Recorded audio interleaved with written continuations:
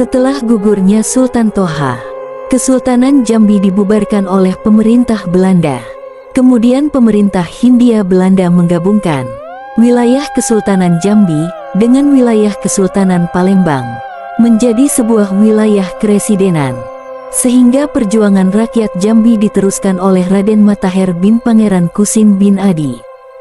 Beliau lahir pada tahun 1871 di Dusun Sekamis, Kasau Melintang Pauh, Air Hitam, Batin 5, Provinsi Jambi. Kecerdasannya dalam mengatur strategi membuat beliau menjadi panglima yang sangat ditakuti Belanda pada masa itu. Dalam penyerangannya, beliau dikenal sebagai Singo Kumpeh. Julukan tersebut diberikan setelah Raden Matahir terlibat langsung dalam Perang Kumpeh di Sungai Kumpeh dengan menyerang kapal Belanda pada tahun 1902. Beliau telah memperlihatkan sebagai seorang kesatria, berani, cerdas, dan pandai mengatur strategi. Pasukan Raden Matahir adalah pasukan yang bergerak dan menyerang secara tiba-tiba. Oleh karena itu pasukan Raden Matahir tidak menempati suatu tempat tetap. Raden Matahir menamakan pasukannya sebagai Sabilillah.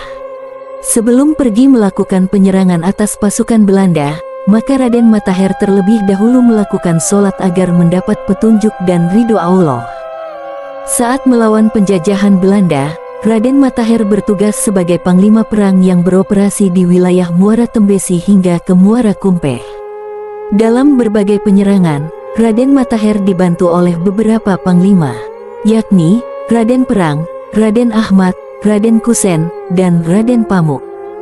Dalam pergerakan tersebut, para panglima ini membuat kantong-kantong pertahanan, barisan pertahanan dan barisan perlawanan terhadap penjajah.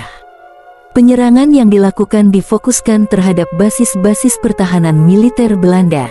Selain juga melakukan penyergapan terhadap kapal-kapal perang yang mengangkut personil, amunisi dan obat-obatan. Tak tanggung-tanggung, mereka juga membunuh setiap pimpinan militer Belanda yang tertangkap.